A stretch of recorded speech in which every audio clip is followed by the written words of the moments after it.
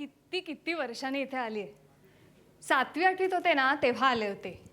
त्यानंतर एकदा शिक्षणाचा जो कटकट मागे लागली ती आजपर्यंत अगदी चालूच आहे.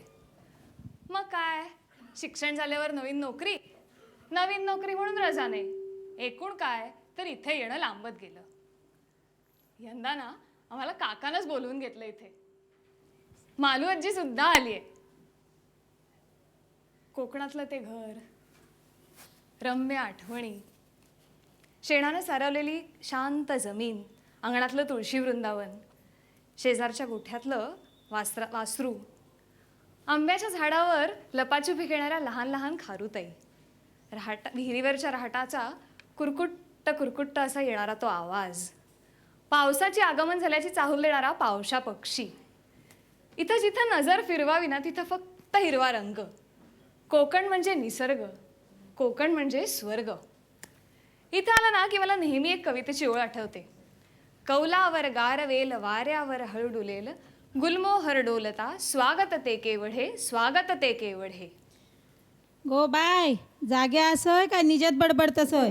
कविता पाठ करून झाली असत तर कामाकडे पुढो कर. आणि काय बडबडा होतोय तर निबंधात लिहू बरा असा. आवाटातून जरा फेरी मारून ये. 10 घरातली 6 घरा बंद असत. उरल्या 3 घरात म्हातारो नाही तर म्हातारे टकली टेकून जगत असत. वाडकराचं घर भाडेकरान घशात घातला. कौलारू घर, शेणान सारायली जमीन कोणाक आवडणार नाही. पण कौला परतूक माणसा मिळत नाही. माडार चढूक झिलगे मिळत नाही. रतांबे फोडूक कामेरा मिळत नाही. अगो गणपतीक देवाची खोली सारवायची म्हटली तर लांबच्या आवाटातून हातापाय पडून शाण आणूचा लागता. गावात तरणी पोरं असत खंय. करिअर करूक म्हणून मुंबईत जातात आणि कुरिअर वरची पत्रा वाटत फिरत राहतात. आता आम्हीच थकलो. शरीर साथ देत होता तोपर्यंत पूर्वजांची मी मठी राखलो. पण नाही होणार आता. अगो काय तोंड उघडा टाकून उभ्या राहलंस. ती मालूताई खोलीत निजली सा पोटात ढवाळता म्हणून. तिका कोकम सरबत नेऊन दी. आणि ते अरुण काका येतले त्यांना काय व्हाया नको ता बघ. आयले आयले अरुण काका आयले. ओ या या अरुण काका या. ए नंद्या, अरुण काका आयले. या काका या.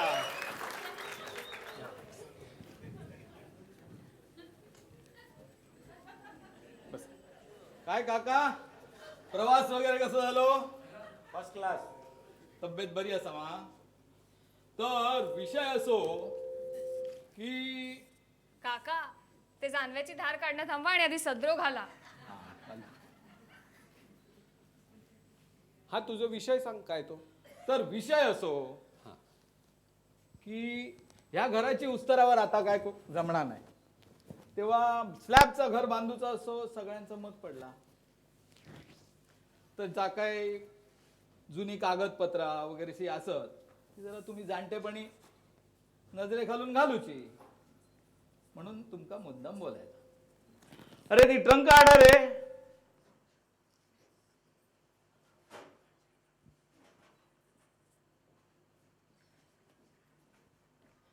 अरे ही नाही राजा, दुसऱ्या आणलेला. काय हे का काय झाला? ही नाही, ती खास ट्रंक असा ती काकाने उघडूची असा असा. कोणाची सांगतंय? तर काका, ही वास्तविक मालूताईची ट्रंक. मालूताईचं लग्न झाला आणि ती कोठीच्या खोलीत ठेवल. कोण कशा उघडता. ते दिवशी आवरावर करताना ह्याची किल्ली मिळाली. तर आता तुम्हीच जरा ही उघडा आणि काय असा भितुरता बघा.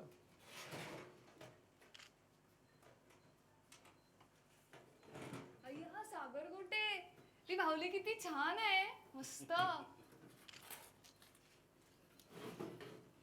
काका ती वही जरा माका द्या.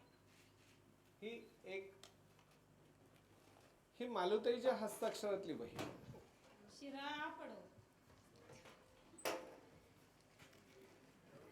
शिरा पडवत्या मंडळाच्या उजेड दिसण्यापेक्षा मी ते शॉकच अधिक घ्यायचे. आता 3 महिने हो जो काळ झालो त्या गोष्टी 3 महिने झाले. ह्या 3 महिन्यामध्ये ही वही चालताना खांटोळी, खापरोळी, सातकापे घावन हे पदार्थ नजरे घालून गेले.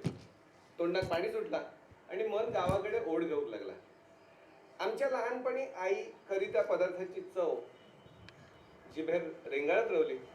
मग तिकडे विचारत गेलो की ही कशी करण्याची, काय करण्याची. ही आमची बाकीची मंडळी आत्या वगैरे असं हे फक्त खाण्यापुरते, ह्यानी काय कधी काय करूच नाही. करणारी आमची आई, त्यामुळे ते सगळे पदार्थ तिच्याकडून विचारून घेताना काही बरोबर मी गजाली सुद्धा ऐकल्या. आणि तो गजाली जास्त इंटरेस्टिंग होते की मुंबईमध्ये राहिल्यानंतर सुद्धा पूर्वीच्या जो काही गोष्टी होत्या ह्यो अगदी तिने तंतोतंत सांगितलं. म्हणजे तिच्या बुद्धिमत्तेची कमाल आपल्या करूची लागत की लग्नात तिनं काय नावा घेतलेली ह्या सुद्धा तिनं तसाच्या तसं सांगितलं. पुढे मी ह्याच्यामध्ये त्याचं शब्दांकन केलंच आहे. आणि ह्या पुस्तक मराठीत लिहिण्याचं की मालवणीत लिहिण्याचं, कारण माझी मायबोली, माझी ही मालवणी, त्याच्यामुळे मायबोली ही मालवणी झाली. तर ह्या पुस्तक मराठीत करण्याचा की मालवणीत करण्याचा प्रश्न होतो. आणि तेव्हा मी आजगावकर सरांना विचारलं की सर काय करण्याचा, मालवणी लिहिला तर लोकांना कळत का. तर ते म्हणाले नाही नाही, आपल्या मालवणीमध्ये लिहू काय, कारण मालवणी भाषेमध्ये पुस्तकं खूप कमी असत. आणि त्या मालवणीत लिहूक सुरुवात केली, ती गजाली पूर्ण झाली. आता मालवणीचे जाणकार आणि ज्येष्ठ साहित्यक पद्मश्री मधु मंगेश कर्णिक यांच्याकडे त्या पुस्तक वाचूक दिला. त्यांनी त्या वाचला आणि अत्यंत सुंदर त्याची प्रस्तावना दिली, आपल्या हस्ताक्षरात दिली, मालवणीत दिली. मग हे पुस्तक अच्युत पालवांनी त्याचं आपलं परिस्पर्श ते दिलं, खूप छान केला. आणि तेथूरची चित्र जी होती ही चित्र सगळी कोणतरी जाणकार माणूस होय की जो कोकणातच लहानाचं मोठं झालेलं असा. आणि म्हणून आम्ही प्रभाकर वाईकरांना सांगितलं की बाबा याची चित्र अशी अशी रेखाचित्र तेथूर होई असत. त्याने ती चित्र काढून दिली आणि त्या पुस्तक तयार झाला. जा त्या वहीचा एक आगळा रूप म्हणून आता तुमच्या समोर येत असा. याच्यामध्ये उद्देश फक्त एवढंच होतं का की काही पुस्तक करण्याचे किंवा माझ्या आईचा काहीतरी तुमच्या समोर सांगण्याचा, एवढंच काही उद्देश नव्हतो. कारण माझा व्यवसाय डॉक्टरकीचा, त्याच्यामुळे हेतूरसून येणारा काही उत्पन्नाचा ह्या काही त्याच्यावरती माझा हक्क नव्हे. माझी आई 86 वर्षाची, तिका पेन्शन मिळतं, तिका काही पैशाची तशी गरज नाही. त्यामुळे या पुस्तकातून येणारं सगळं भाग जो असा आहे तो करण्याचा काय. आणि तिडाच ह्या सुचवला की दुर्दैवाने माझे वडील आणि तिचे वडील दोघेही कॅन्सरने गेले, त्याच्यामुळे आम्ही त्या बाबतीत थोडे हळवे असावं. त्यामुळे हेतूरचा येणारा जो सगळं फायदा असो हो 100% फायदा हो आपण कॅन्सर सोसायटीत देण्याचा. ह्या फिक्स झाला, पुस्तक तयार झाला. आणि ज्या ठिकाणी ही वही मिळालेली त्याच ठिकाणी प्रकाशन करूचा असा मत पडला. आता पुन्हा एकदा मी अरुण काकांकडे जात आहे की अरुण काका, तुम्ही भारताचा श्वास ऑस्कर पर्यंत पोहोचेल. आता एक छोटी विनंती सगळ्या कोकणवासियांच्या मी तुमका करते की हो कोकणाचा श्वास जो असा हो तुम्ही समाजापर्यंत पोहोचवचो. ह्या पुस्तकाचं प्रकाशन करूचा. आणि तुम्ही पुस्तक वाचलेच, त्यामुळे तुमका काय वाटलं पुस्तक वाचल्यानंतर ह्या कृपया आमच्या सगळ्या श्रोत्यांना सांगू.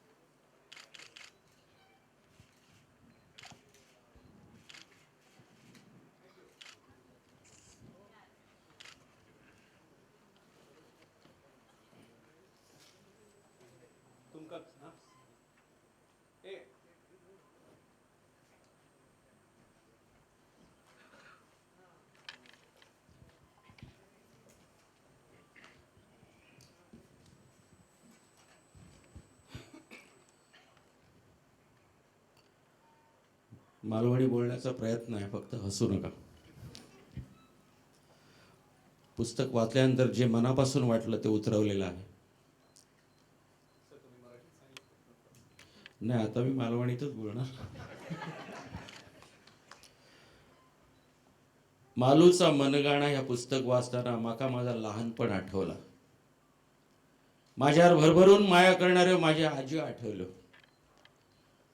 सतत कामात असूनही हसतमुख रवणाऱ्या त्या आज्यांमुळे घराचा घरपण कायम रवला. सुगरीणच त्यो. स्वयंपाक करताना मीठ मसाल्याबरोबर थोडासं प्रेमाचं गोडवं तेल टाकून आमच्या जिभेचे चोचले पुरवत असत. अजूनही तो चवी जिभेवर रेंगाळत असत. त्यांच्यातलीच ही एक मालूताई. पण एका देवानं आणखीन एक कला दिलेली असा. आयुष्याकडे तटस्थपणे बघत ते मिश्किलपणे उलगडून सांगण्याची. आयुष्यात किती त्रास झालो याचा रडगाडा गाणाऱ्या या जगात आनंद देणारा या मनगाणा हिऱ्याप्रमाणे उठून दिसता. आयुष्यात काय भोगला त्यापेक्षा काय उपभोगला या सांगणारी प्रसन्न व्यक्तिमत्वाची मालवणी गजाल म्हणजे सकारात्मक दृष्टिकोनाचा उत्कृष्ट नमुना असा. जा काही वाट्या आयला ते हसत हसत स्वीकारत चांगल्याचा कौतुक आणि वाईट वाटला त्याची हलकीशी नोंद पण असा. मुलाक शाळेत जाताना फाटके बूट घालूचे लागल्यामुळे मिळालेलं ओरडो आणि मुलान बाणेदारपणे दिलेला उत्तर सांगता नाही ते का विनोदाची झालर असा. ती म्हणता सारांग काय माहीत फाटक्या बुटाप्रमाणे याचं तोंड फाटके असा तो. आणि चितळेंका चित करणं काय कठीण नव्हता किंवा शाळा बुडली ती परत कधी तरंगूकच नाही. ही वाक्य बराच काही सांगून जाणारी असत. माणसाच्या मनात शिरण्याचा मार्ग पोटासून जाता या पक्का जाणलेल्या मालूताईन वेगवेगळ्या खास पदार्थाची कृती लिहिलेलं असत. त्यांची नावा वाचली तरी माझ्यासारख्या खवय्याच्या तोंडात पाणी सुटता. पण खेळकर माणसा खाण्यापेक्षा खिदळण्याची गरज अधिक असता या सुद्धा ती जाणता. या तत्वज्ञान कोणत्याच विद्यापीठात शिकायला जाणार नाही, पण शाळेची 4 बुका शिकलेली मालूताई सारखी माणसा या तत्वज्ञान अंगी बाणयतात आणि सगळ्यांका आनंदी करतात. असा खिदळण्यासाठी आजूबाजू माणसा लागतात, ती जोडूची लागतात, त्यांच्या गुणदोषांसकट स्वीकारूची लागतात. मग जगणा म्हणजे गाणा होता. सहज सांगितलेल्या या गजालीतून खरा तर आजच्या पिढीक दिलेलो यो महान संदेश असा. तोही अशा खुबीन सांगितलो सा की बाबा बघा पटला तर घ्यावा नाही तर सोडून द्यावा असा न म्हणता काय तर तुम्ही ठरवा अशा त्रयस्थपणे. एका यशस्वी संसाराची ही गाथा. यश यश कशाक म्हणतात? पैसो अडको जमीन जमलो यात यश मानणारी एक जमात असता, पण मालूताईची गणना तेतूर होणार नाही. पैसा अडको जमीन जमलं मिळालं तर होयो, पण आयुष्याच्या उत्तरार्धात मी तृप्त असय आणि मनापासून वाटणं महत्त्वाचं असतं. ही तृप्तीची भावना पैशा अडक्यांपेक्षा नात्या गोत्यातल्या प्रेमात अधिक असता असा जाणल्यामुळे मालूताईने हो जिवाळू भरभरून मिळेलो. पेरूचा आता उगयता ह्या खरा, पण काय पेरूचा त्याका कसा पोसूचा या मालूताईक नेमक्या कळला. ह्याची पावती या पुस्तकातून मिळता. आपल्या औशीच्या व्यक्तिमत्वाचा कौतुक करणारी, तिच्याबद्दल आदर प्रेम असणारी मुला ही तिची खरी कमाई असा. औशीच्या गजाली शब्दांकित करून पुस्तक रूपात घरोघरी पोचवण्याचं काम मुलानं करणं आणि व्यवहारी विचार न करता आर्थिक फायदो कॅन्सर संशोधन केंद्राक देणं कौतुकास्पद असा. या पुस्तक वाचताना आनंद मिळालो, नात्याचो अर्थ नव्यानं उलगडलो आणि समाजाचं आपण काहीतरी देणं लागतंय याची जाणीव झाली. मालूताईक निरोगी आयुष्य लाभूचा आणि या पुस्तकाक न भूतो न भविष्यती असा यश लाभूचा ही श्रीचरणी प्रार्थना करते. नमस्कार.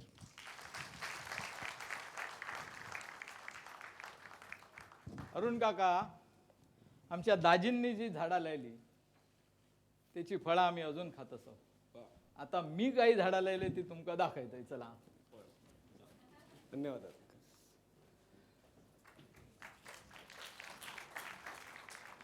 अरुण काकांचे धन्यवाद. आणि ह्याच जा आमच्या आईचं जन्मगाव बांबर्डा त्या ठिकाणी असलेला असाच घर. आता मालवणी माणसं भेटल्यानंतर त्याच्यामध्ये गजाली हे आलं आणि गजाली बरोबर गाणं बजावणं यायला. ट्रंक उचला मेलं म्हातारो मी ये रे, तू काय तोंड बघतो बरोबर उचल. तर आपण एक गाण्यागिणीचं थोडंसं कार्यक्रम करूया.